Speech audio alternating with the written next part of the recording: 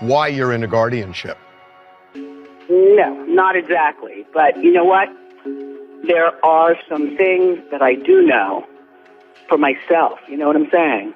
And I understand. It's about my money. You know what I'm saying? Can you talk to me about how Wendy ended up in a guardianship? I feel like the Guardian has not done a good job of protecting my mom. As long as she has people around who are yes people, I know that she's not getting the help that she needs.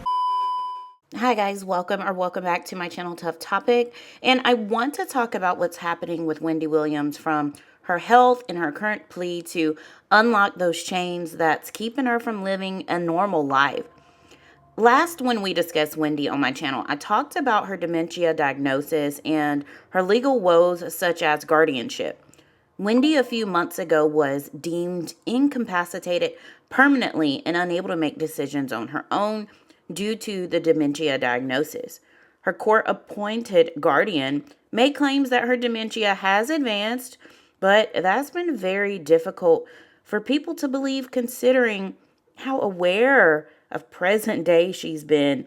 And even more recently, Wendy did an interview with the Breakfast Club and revealed that she's not cognitively impaired, but she feels like she's in prison while living at this facility in New York that she's at. So to me, she sounds like old Wendy. It's pretty sad, the condition she's under. Only being able to go outside for 30 minutes a day is bizarre. Also, in a special, Wendy talks about her guardianship, her money, and her son Kevin Jr. stealing money from her.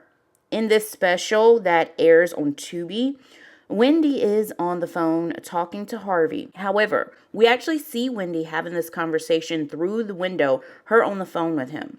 I almost thought it was like an old clip from the 90s because of how healthy she actually looks. Not only looks, but she sounds very aware and competent.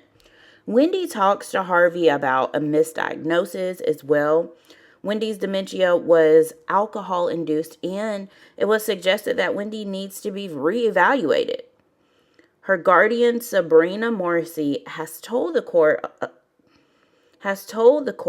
to allow Wendy as much independence as possible. But Wendy also discusses how she's been betrayed by her only son, Kevin Jr., which I know this can really hurt her because he's honestly one of the closest people to her. She made claims that he's a good person, but she said he has been a horrible person to her. She says that he has stolen hundreds of thousands of dollars from her.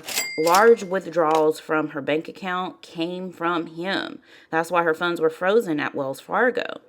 Now, Wendy, she does get emotional talking about this, which I can definitely understand, because no one would think that your blood son or daughter would steal from you. I thought that would be the last person that would steal from Wendy. You could tell she's not wanting to reveal all of this information, but honestly, it's the only way to get her freedom back.